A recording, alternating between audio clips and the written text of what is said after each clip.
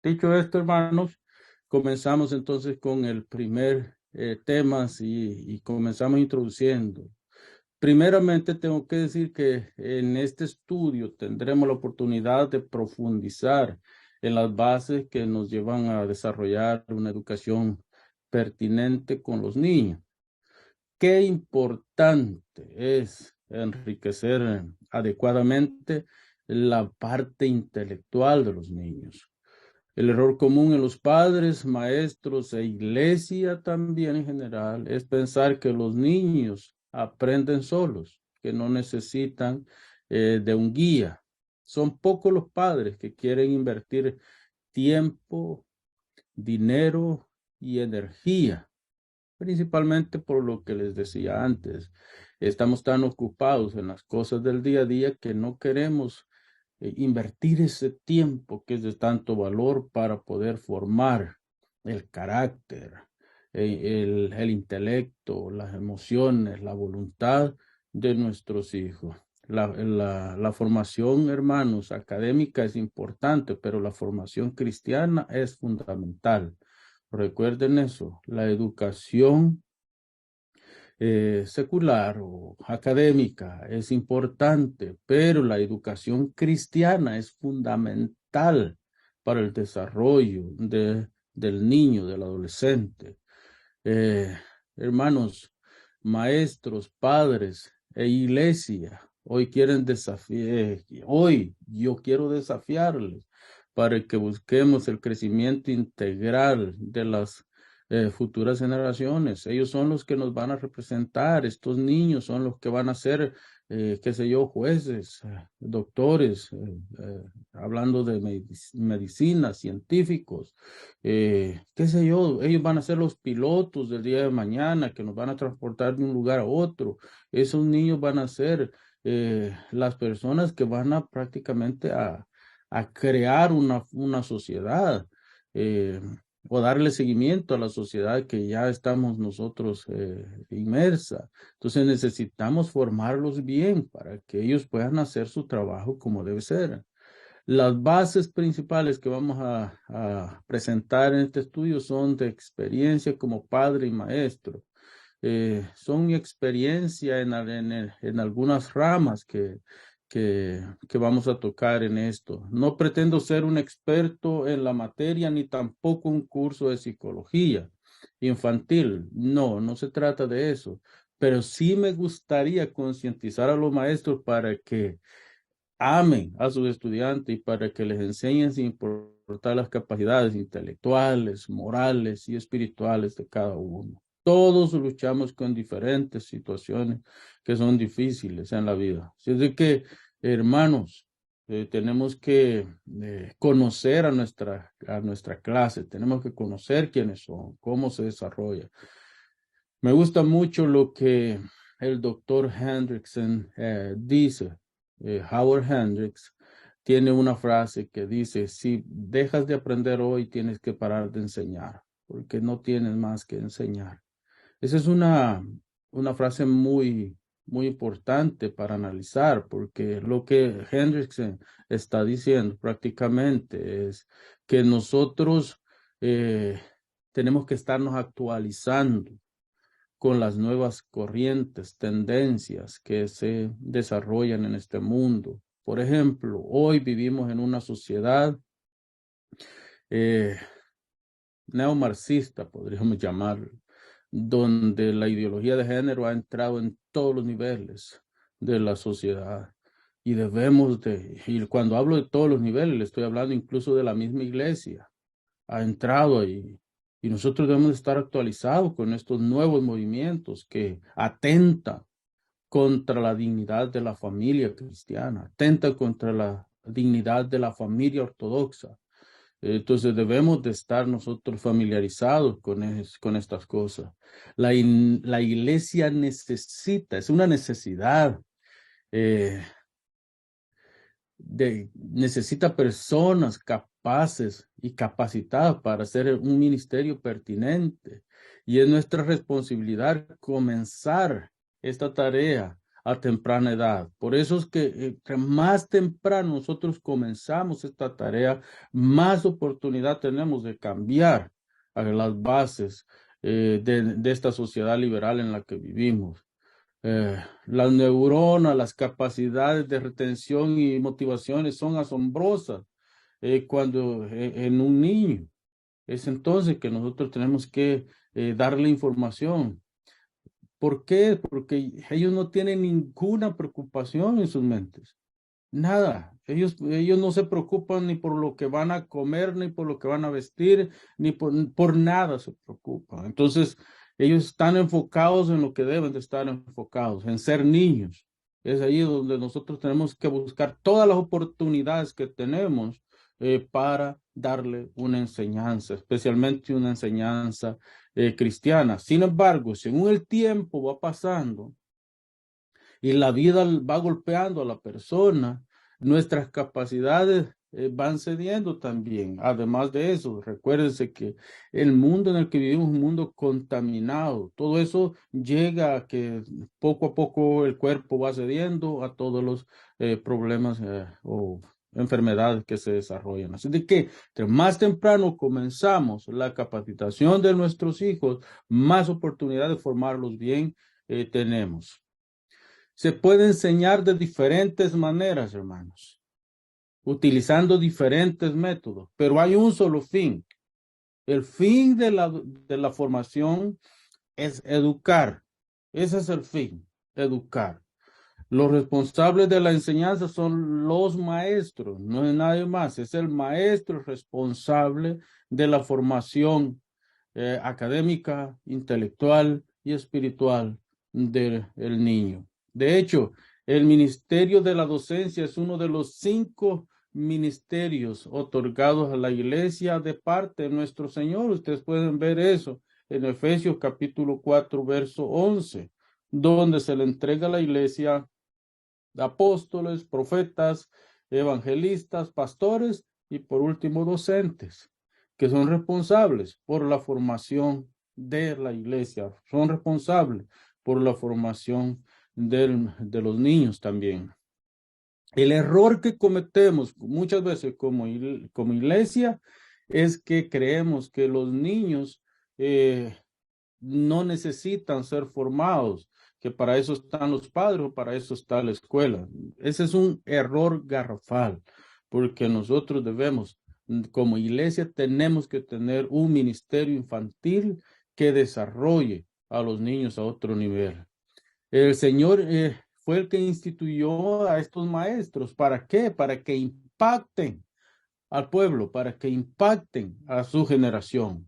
En la gran comisión también nosotros tenemos a Jesús diciendo, es urgente que la iglesia lleve la doctrina por medio del discipulado.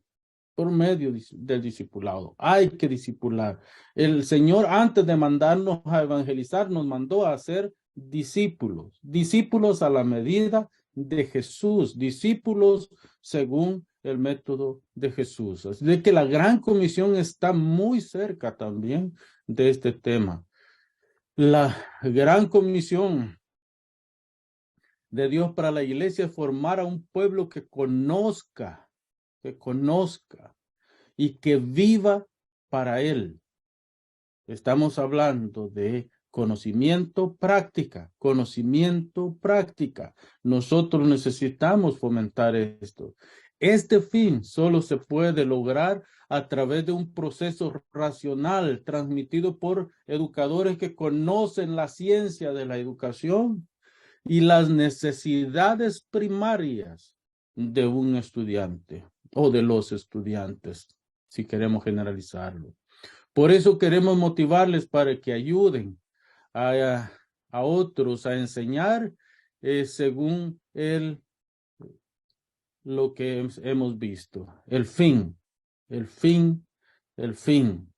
Y debemos de tener un método de estudio. Nosotros debemos de saber cómo queremos enseñar. Me gusta mucho algo que propone el doctor Jaime en su libro, creo que es ¿cómo es el nombre del libro? Pero tiene que ver con la vocacionalidad. Consejería académica y vocacional. Ese libro.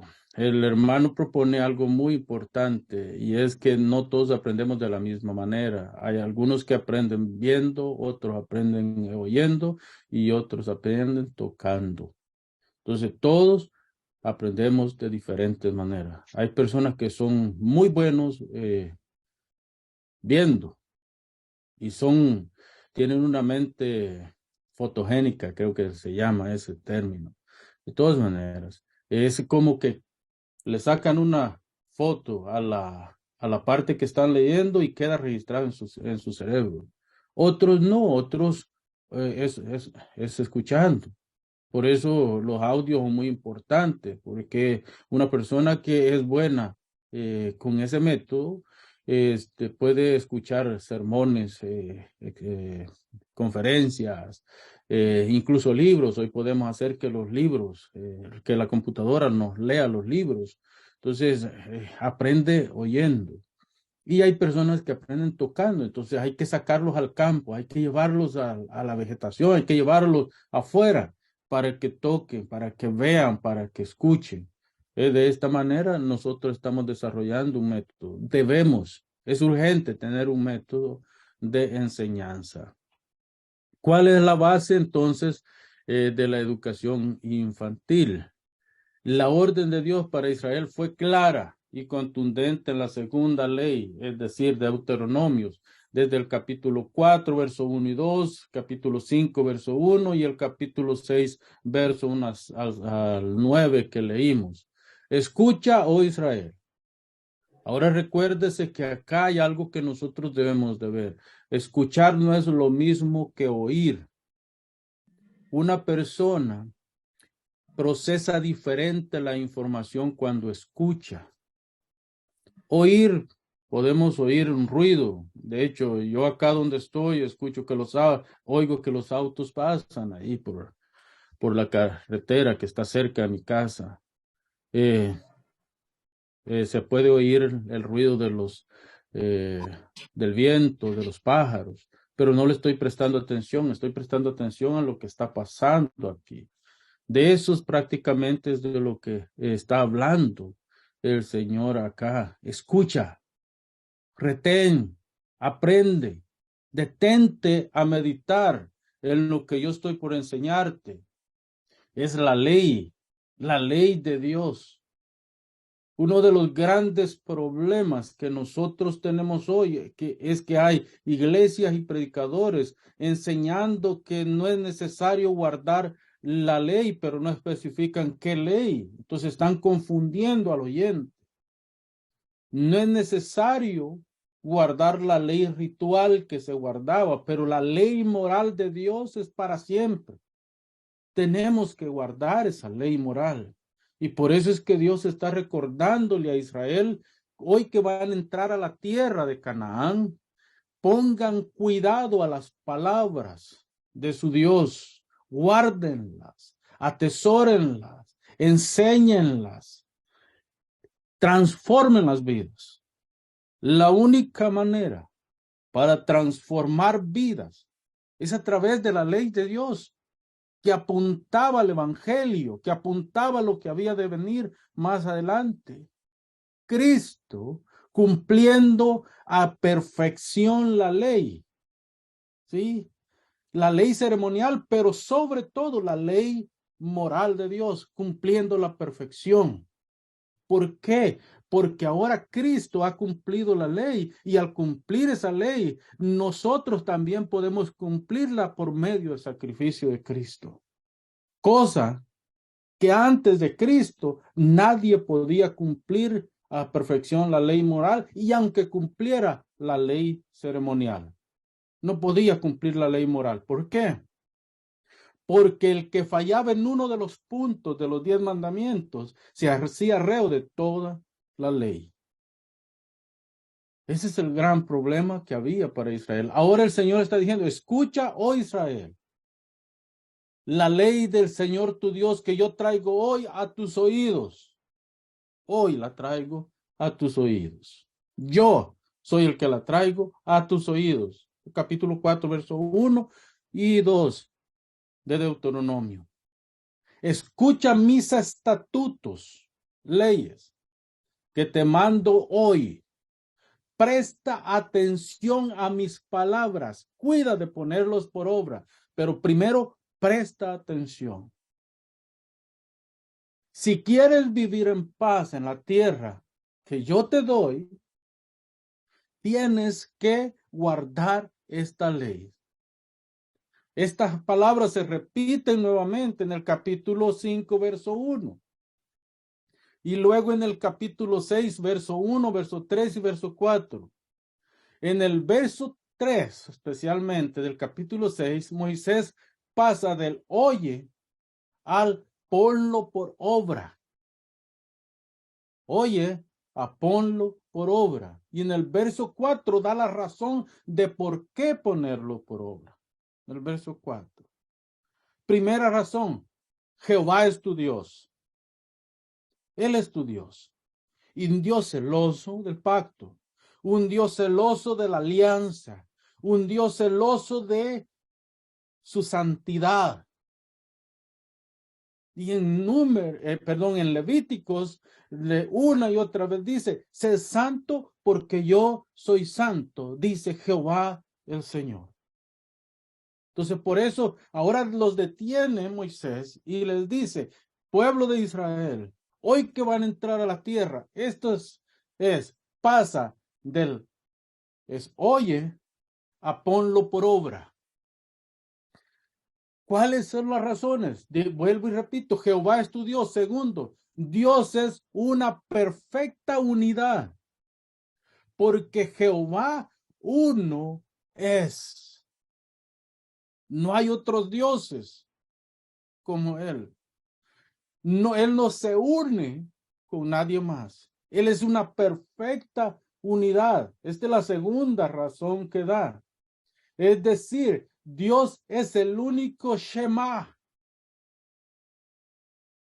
El único. Israel, escucha. Presta atención a las palabras, a la enseñanza. Presta atención a lo que yo te vengo a decir hoy. Y pronúncialo. Enséñalo. Es que alguien no puede dar lo que no tiene. ¿Se han fijado ustedes en un grave error que la iglesia ha cometido por siglos? Y es que no importa, no les interesa la persona que ponen al frente a enseñar a los niños.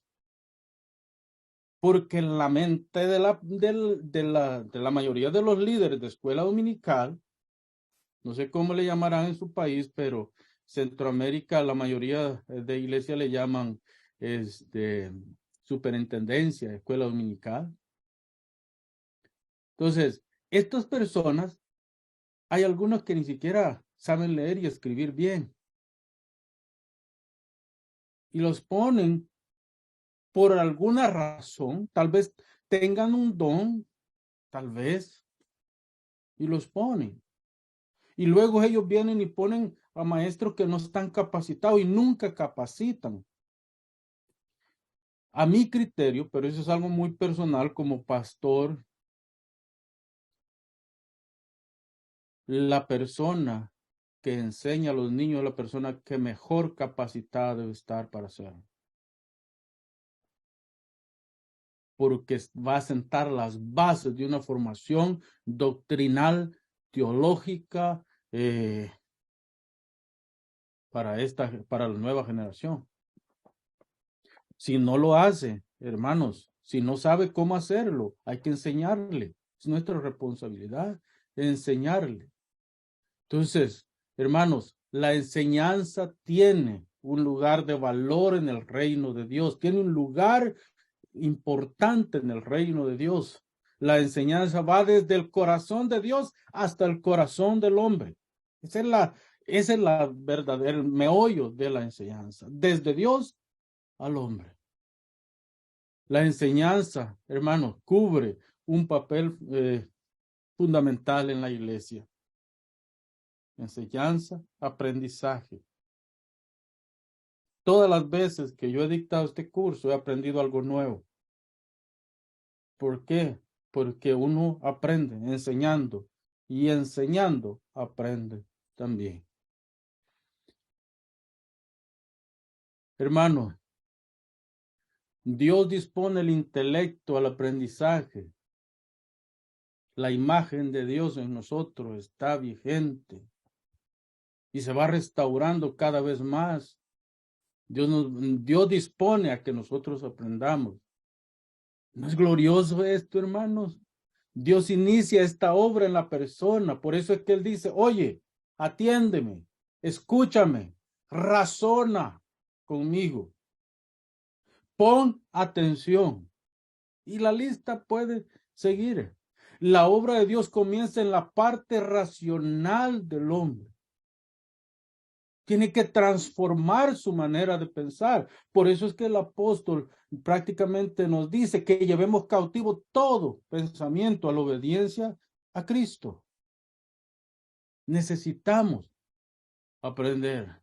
De hecho, como les decía antes, escuchar no es lo mismo que oír. Por eso es que la traducción de la Reina Valera no está muy correcta, porque dice, oye, debería decir, escucha, pon atención. Porque al escuchar lleva a la persona al análisis, le permite a la persona con cuidado procesar la información que está recibiendo. El maestro debe llegar a la parte intelectual del estudiante para que cuestione la información recibida. Ese es el problema de la iglesia de hoy, que se traga todo el cuento que le llevan. No cuestiona. Basta con que la persona tenga un nombre y esa persona puede llegar a un país y llenar un estadio solo por su nombre, no por su doctrina. Y con el marketing de hoy es fácil hacerse un nombre. ¿Se imagina usted el apóstol Pablo defendiendo su apostolado 3 veces? Porque la gente cuestionaba su apostolado. Hoy recibimos apóstoles de todo el mundo. Y la iglesia dice amén a los apóstoles, cuando no existe ya el ministerio apostolado. Pero eso es otra cosa, eso lo vamos a dejar para otro curso. Hermanos, el doctor Bruce Wilkinson en su libro Las 7 leyes del aprendizaje, muy buen libro, lo recomiendo. Si alguno puede adquirirlo, adquiéralo. Es un libro que todo maestro de escuela dominical debe tener, un maestro de instituto o seminario, debe tener ese libro. Pero él dice estas palabras. Dice, hace años, dice, cuando yo era todavía un estudiante de seminario, era estudiante bajo la clase del doctor Howard Hendricks. Dice, yo estaba recibiendo una clase y dije, quiero probar por qué este profesor es tan excelente y tan bueno en lo que hace. Y dice que un día quiso hacer una prueba con el profesor y se sentó frente a la ventana, dice, distraído, sin prestar atención. El doctor Howard Hendricks tenía como método de enseñanza contar 2 chistes, zapatear debajo del escritorio y luego comenzar la clase. Eran 2 minutos prácticamente lo que tomaba para hacer esta dinámica en todas sus clases. Ese día dice que el doctor Howard prácticamente dejó de enseñar y fue a Bruce y le dijo, Bruce, ¿qué pasa? ¿Qué es lo que tienes? ¿Hay algo en lo que te pueda servir? Y dice que Bruce le dice, no, profesor, no pasa nada, tranquilo. Le estoy parafraseando la historia. Dice que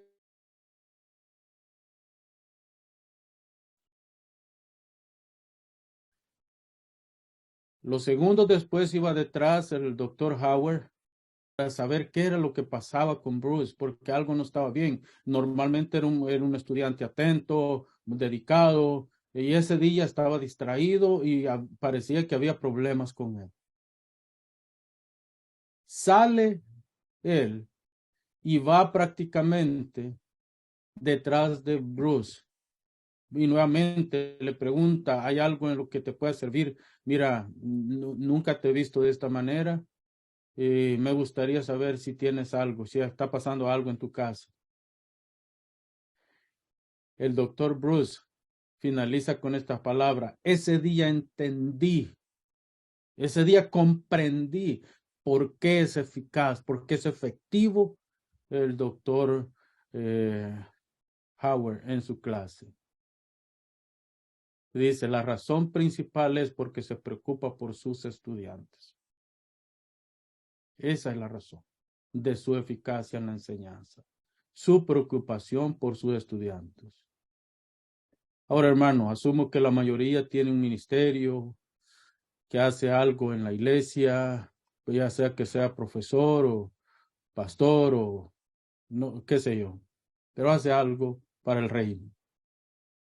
La pregunta que le tengo es, ¿se preocupa usted por los estudiantes? ¿Se preocupa por la persona a la que está ministrando? Porque esa es la clave, hermano. Esa es la clave para el éxito de una clase, preocuparse por sus estudiantes. Esto nos lleva a otra verdad bíblica. La Biblia se razona. Capítulo 10, verso 17 de Romano. La fe en Dios es una obra de Dios de principio a fin. No hay ninguna objeción en esto. Pero ¿cómo viene esa fe? Dios usa su palabra para poner fe en el corazón de la persona.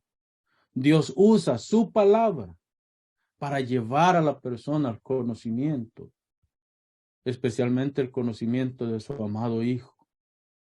En la salvación, Dios llama, Cristo justifica y el Espíritu Santo redarguye. Es un trabajo de la Trinidad en acción. Dios llama a la persona al arrepentimiento. Cristo pagó el precio, expía el pecado de la persona y el Espíritu Santo convence a la persona de su pecado por medio de la predicación del Evangelio, por medio de escuchar la palabra de Dios. La fe bíblica, hermano, no es, como se enseña desde muchos púlpitos, un asunto emocionista.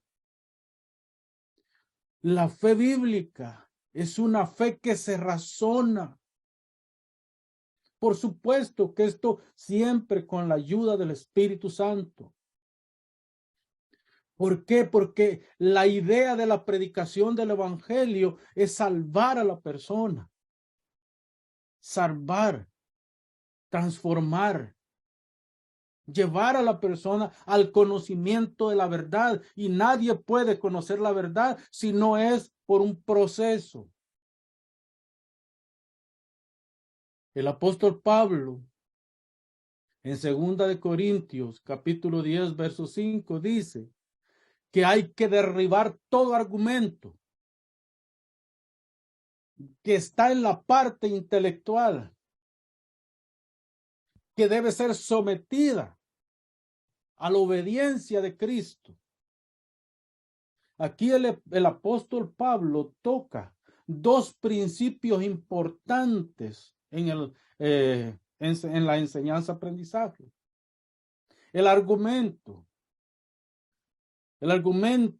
que se levanta en la parte intelectual. La altivez, lo que nos lleva a la parte emocional.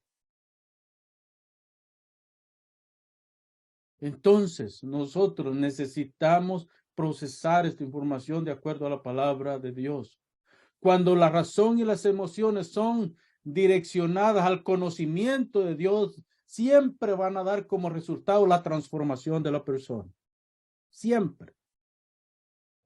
¿Por qué? Porque el Evangelio transforma.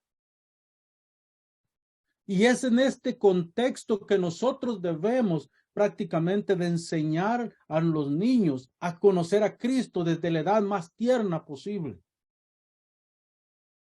Porque ellos necesitan de un Salvador tanto como necesita un Salvador un adulto.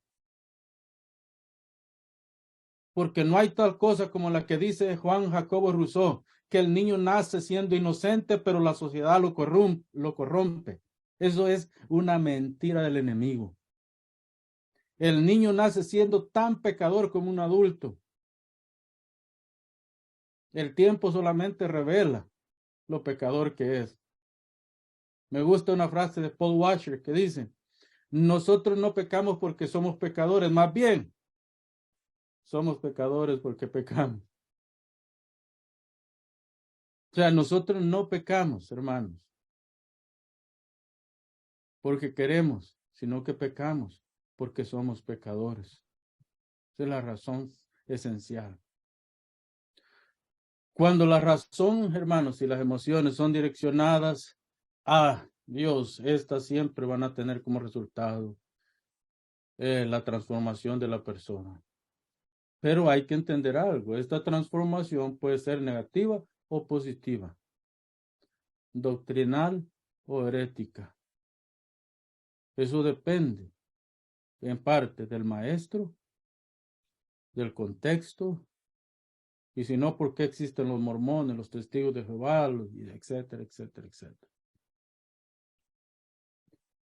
El maestro siempre ha sido llamado a profundizar en las escrituras para llevar un mensaje profundo, un mensaje cargado de información.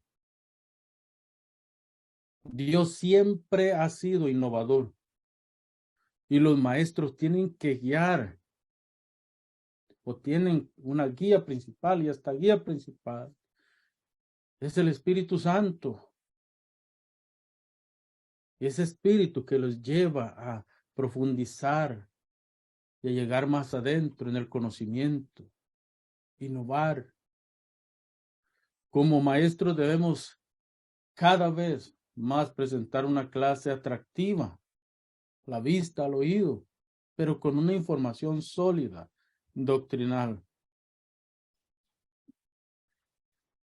Recuerden esto, el evangelio transforma de adentro hacia afuera. El evangelio nunca ha venido con la intención de transformar de afuera hacia adentro, sino de adentro hacia afuera. Ese ha sido el fin siempre del evangelio. Pon mi ley en su corazón. Esa fue el mandato que Dios le da a Israel. Pon mi ley en su corazón. Enséñala. Escríbela en los postes.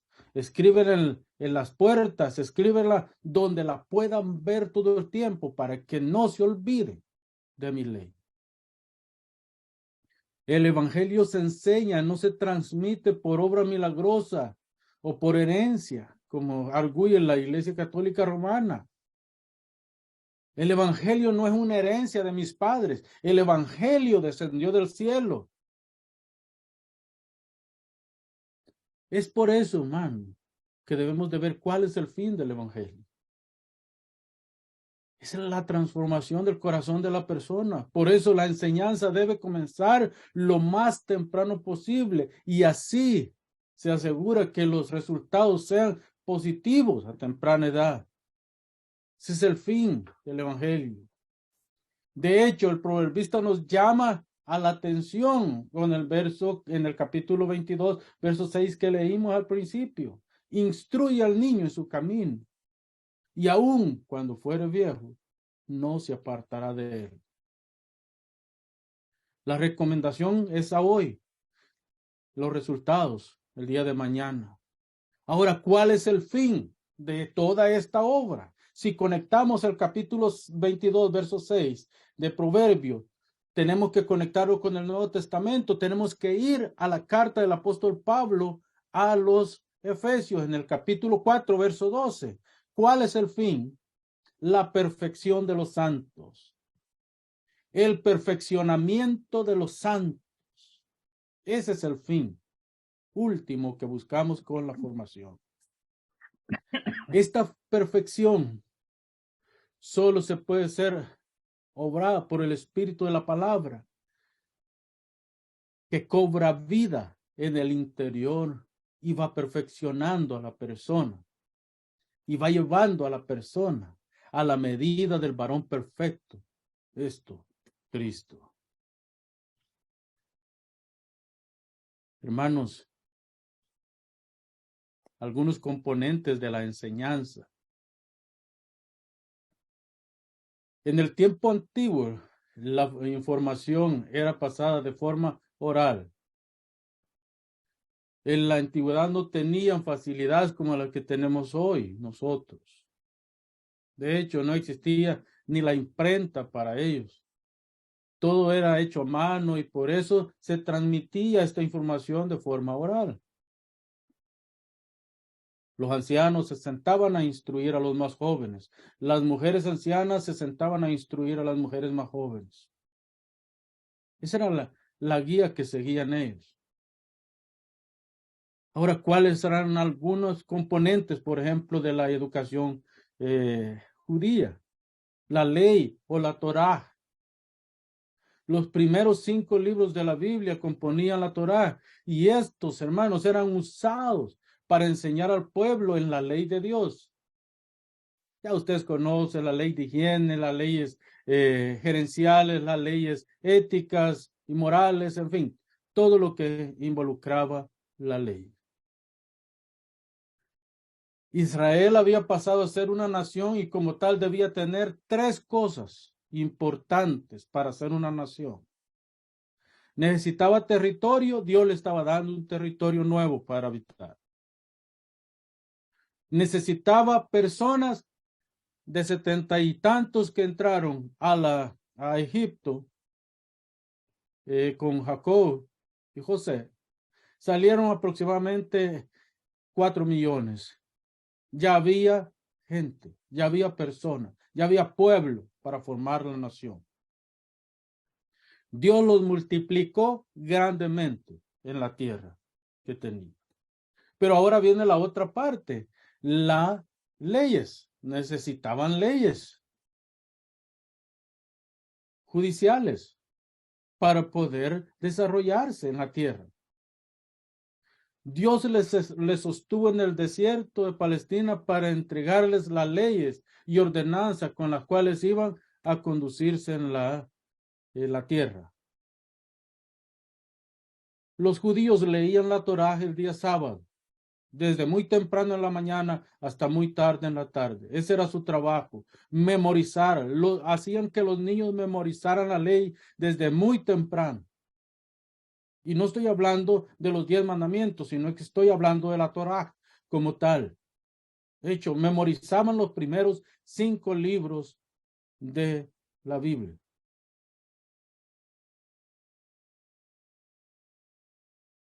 Luego tenían otra forma de enseñanza, la Mishnah. Era una forma de estudio repetitivo o la interpretación de la ley.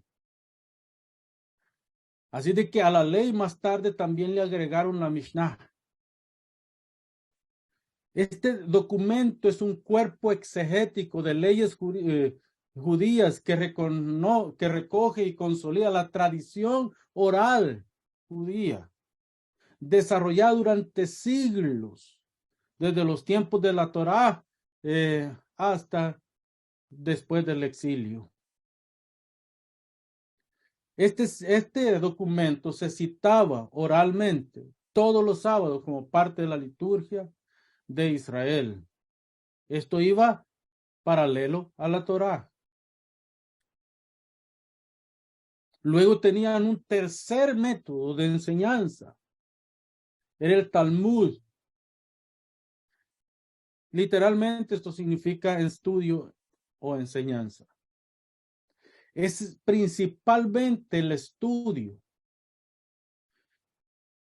El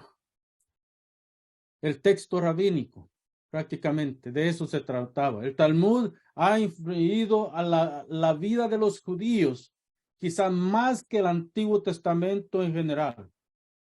El Talmud era un documento de gran valor para la enseñanza judía. Y es contra el Talmud que el Señor va y habla contra los fariseos, porque los fariseos se pegaban más al Talmud que a la Biblia, es decir, al Antiguo Testamento. Por varios siglos, los rabinos judíos estudiaron la Mishnah en las academias de Palestina y Babilonia. Profundizaron en ese documento. Sus discusiones fueron recogidas en el Talmud prácticamente entre el siglo VI después de Cristo, prácticamente. Estas discusiones incluyen una gran variedad de temas de la ley judía, o halaja, la ética, la filosofía, la historia de Israel, además de una gama de temas y puntos de vista. Así pues, los estudiosos judíos interpretaron la Mishnah fundamentalmente a través de la perspectiva del Talmud. Las versiones más populares y la que tuvo mayor influencia en el Talmud de Babilonia, aunque existe también la versión palestina. El Talmud escrito en hebreo y en arameo se ha transformado en la autoridad legal en el ámbito del judaísmo rabínico y es la base de toda la discusión de los fariseos, saduceos y escribas en el tiempo de Jesús. Hermanos, estos prácticamente eran los documentos usados para la enseñanza de Israel. Y estoy hablando de la enseñanza al pueblo, va por niveles, por supuesto, desde los niños hasta los adultos. Veamos algunos aspectos de la enseñanza bíblica.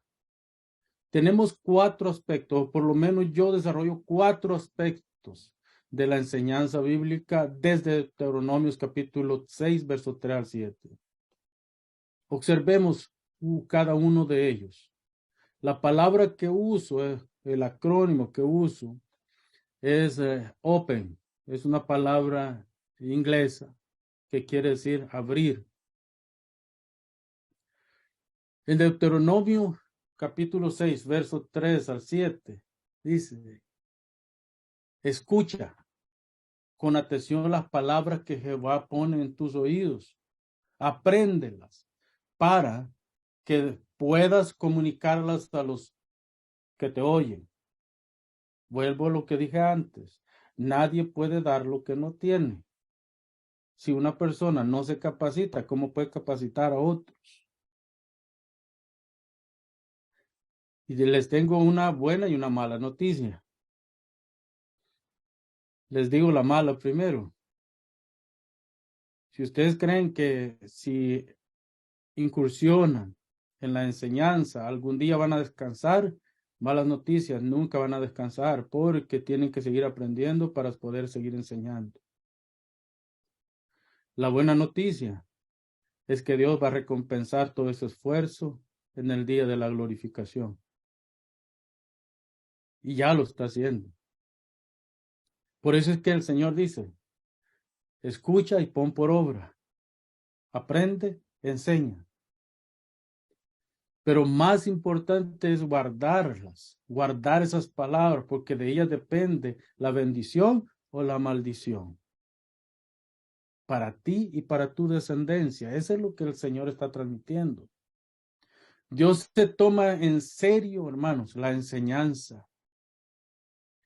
Luego tenemos la otra palabra, promueve. Promueve. Es importante que el maestro inspire la parte afectiva del estudiante. El conocimiento es fundamental, pero cuando se logra llegar al corazón del estudiante, la enseñanza cobra un valor incalculable.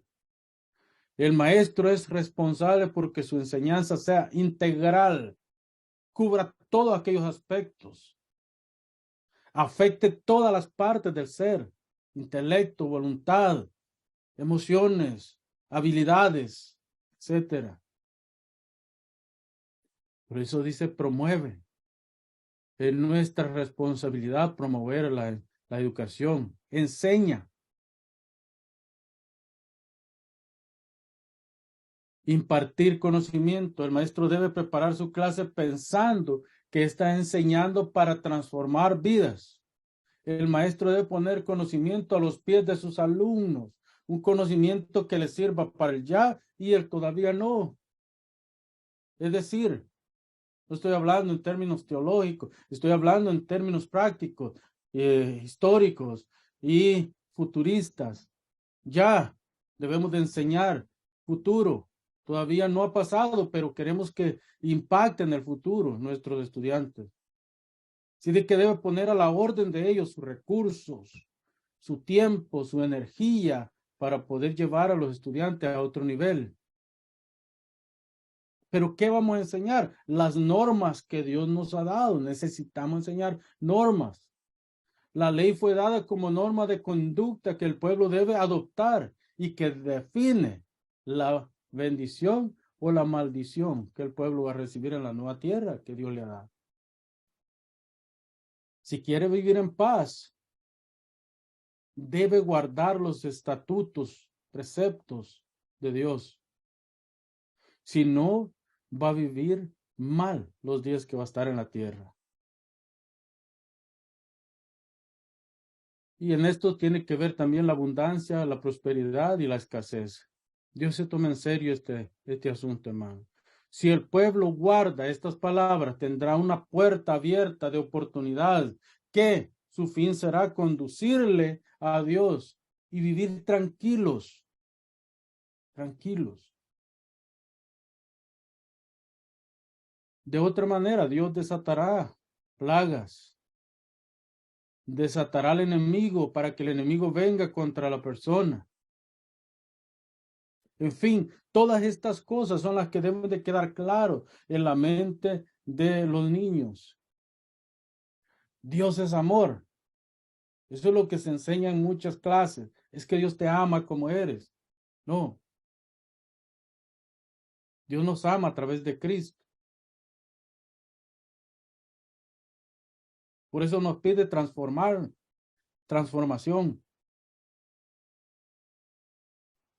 Dios desatará, sí, si no guardamos la ley de Dios, si no ponemos por obra sus mandamientos, si nos desviamos en el camino, Dios nos entregará al enemigo. Ese es el llamado que hace prácticamente la enseñanza de Moisés al pueblo. Hermanos, ¿cuál es el llamado del maestro? Primero, orden. Aprende, transmite, claridad, reflexiona. Ese es el llamado al maestro. Aprende, transmite con claridad. Reflexiona en lo que has aprendido. Le dice promueve, trabaja, motiva, modela, inspira. Miren qué bonito esto. Cuando nosotros promovemos la educación, debemos de pensar en estas 4 etapas. Trabajo duro, automotivarnos y motivar a otros, modelar, inspirar a nuestros estudiantes. Luego enseñanza, instruir, comprender, llevar a los estudiantes que comprenda la información básica. Es difícil que una persona pueda retener toda la información que se le brinda, pero es importante que el maestro ayude al estudiante a retener por lo menos la información básica que se le da. Debemos de proveer doctrina, porque la doctrina es la que lleva a encauzar a la persona en el camino correcto. Y por último, la norma. Debemos de enseñar la ley, los estatutos, ser firmes en lo que promovemos, y esto creará dirección. Podemos direccionar a la persona a un fin. enseñar la gran norma que el Señor nos dejó, el gran mandamiento, amar a Dios con todo nuestro ser y al prójimo como nosotros mismos. Hermanos, es por eso que nosotros hablamos de educar. Mire, es aquí donde está prácticamente claro lo que somos como maestros. Las puertas son de oportunidades. Debemos abrir puertas de oportunidades para el crecimiento, el desarrollo. La educación abre estas puertas. La palabra que se ha usado en el acrónimo es open. Es una palabra muy interesante que abre muchas puertas de conocimiento. Cuando una persona se dedica a aprender, puede recién comenzar a enseñar. Así de que el aprendizaje es un enriquecimiento del conocimiento. Es una puerta abierta al conocimiento, pero también es una puerta abierta de par a par a la enseñanza. Una persona no puede entregar conocimiento si no tiene conocimiento. Debe también promover el conocimiento a todos los niveles. Una persona que domina bien su asignatura es un deleite oírle exponer. El maestro que pasa por un proceso de aprendizaje, este mismo proceso lleva al dominio del contenido. Hay que aprender para dominar la información y hay que enseñar para aprender.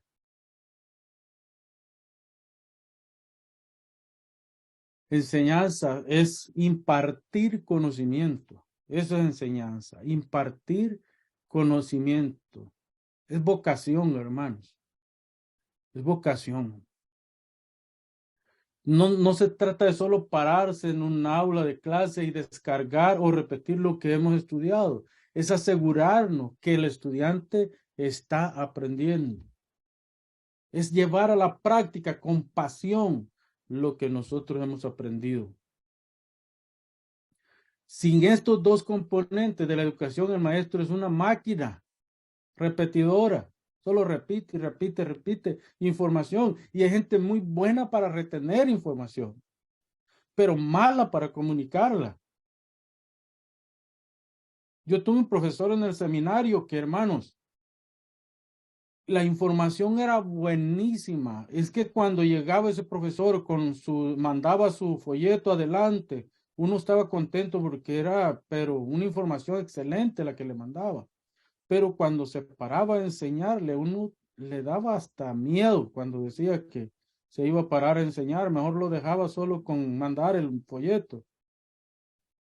No tenía un buen método de comunicación, la postura, los gestos, el contacto visual que uno tiene con los estudiantes.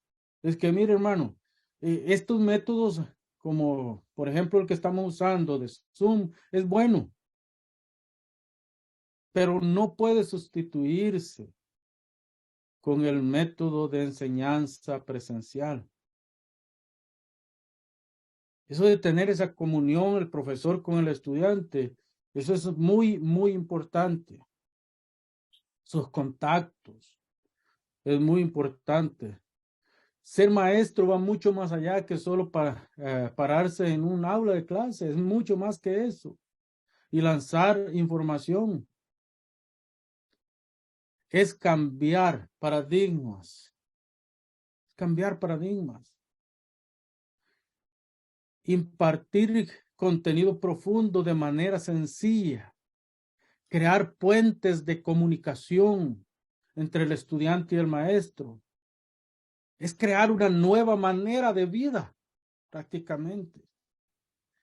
¿Sabe que uno de los grandes teólogos del siglo XX, principios del XXI, para mí va a costar que se levante otro teólogo como este? R.C. Sproul. Sproul era tan profundo en su propuesta doctrinal teológica, pero tan sencillo a la vez. O sea, la sencillez del método de enseñanza de Sproul jamás le restó profundidad a su contenido. Jamás.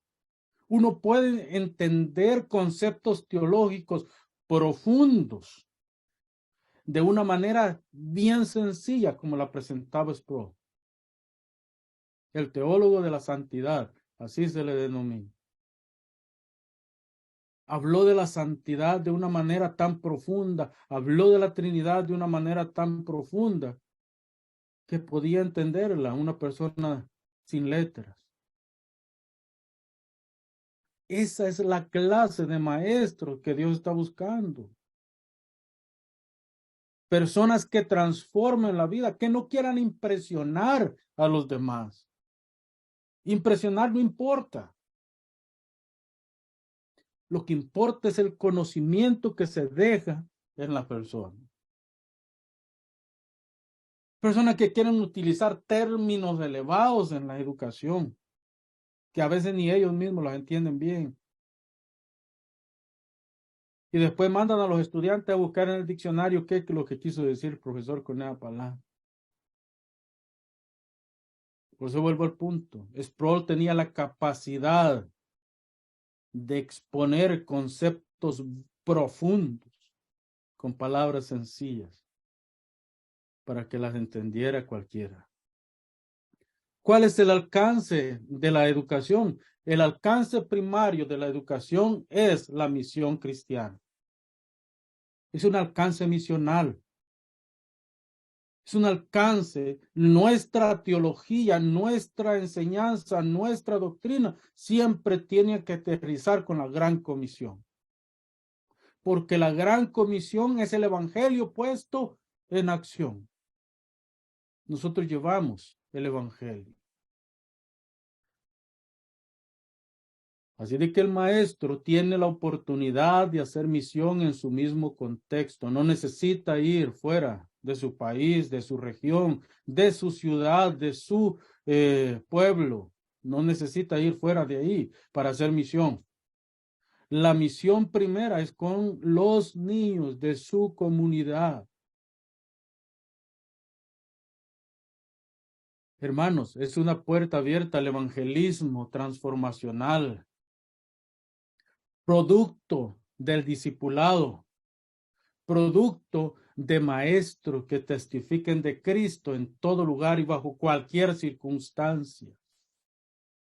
En un mundo globalizado como el que vivimos, el maestro puede llevar el mensaje de salvación a muchos lugares sin moverse de su aula de clases. Eso es interesante, hermano. Los maestros impactan a estudiantes mientras estos impactan a otros. De manera de testimonio les quiero comentar uno de mis grandes sueños sin cumplir, por supuesto, de mi niñez, era ser médico. Yo quería ser médico. Y por razones económicas, de contexto, en fin, por diferentes razones, no pude lograr esa meta. Y vivía llorando toda mi vida, frustrado porque no alcancé mi meta. Hasta que un día mi hermana menor, estábamos conversando, estábamos en mi casa en una cena y nuevamente sale el tema de mi sueño frustrado, ¿no?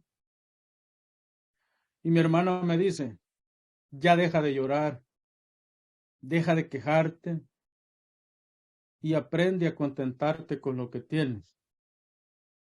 Yo le digo, ¿por qué dices eso? Es posible que tú no eres, bueno, de verdad, tú no eres un médico que cure el cuerpo de las personas, pero hasta cierto punto eres un médico que cura con el evangelio el alma de las personas.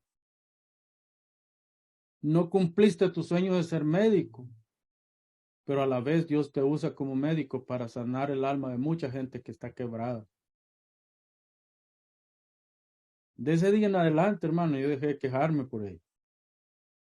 Porque me di cuenta de que lo más importante en este mundo es tener a Cristo en el corazón. Lo demás es relativo. Gloria a Dios por los que son médicos, porque son abogados, porque tienen una carrera académica. Muy bien. Pero ese no es el fin de la vida. El fin de la vida es el anuncio del Evangelio, de las buenas nuevas de salvación. Ese es el resultado. El resultado es el servicio cristiano.